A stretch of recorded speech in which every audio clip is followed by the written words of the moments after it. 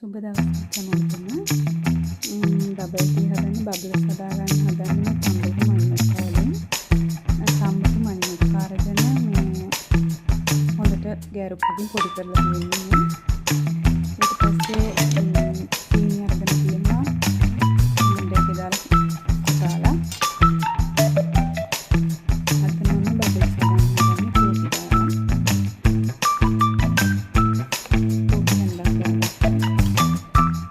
මම දැන් මේ මිශ්‍රණය මේ වගේ පුංචි වංගෙඩියකට දාලා පොඩ්ඩක් මේ වගේ හොඳට මිශ්‍ර කරගන්නවා. අර පොඩි මණ්ඩක් කෑලි හොඳට කැලෙනකම්.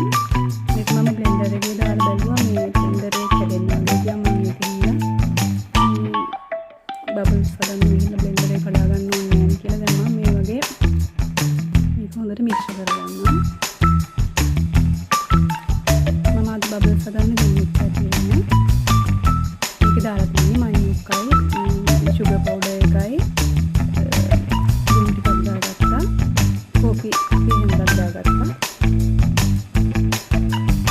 දැන් මේ වංගෙඩිය ඇතුළටම corn flour ටිකක් දාලා මේ වගේ ඩෝ එක මේ තේලෙන්න තියෙන මේ නැත්තම් ලේසියෙන් ඉලට ගන්න පුළුවන් ඩෝ එක.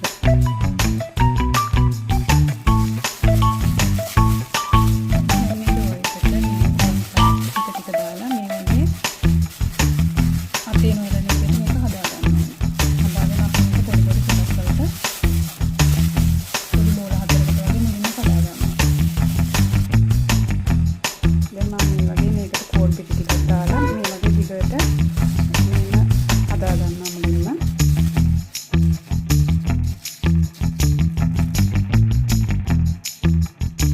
ඊට පස්සේ මේ වගේ හැන්දකින් හරි මේ පියකින් හරි මේ වගේ පොඩි පොඩි කෑලි වලට වෙන් කරගන්න. වෙන් කරගෙන මේ විදිහට බෝලයක් හදාගන්න.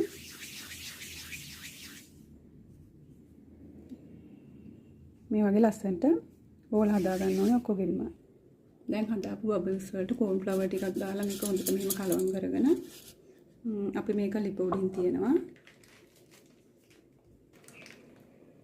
අපි දැන් මේකට දාගන්නේ මේ හොඳට නටවල ගත්ත උණු වතුර. දැන් භාජනයේ ලිප උඩ තමයි තියෙන්නේ. මේක දැන් විනාඩි 15ක් විතර අපි මේකේ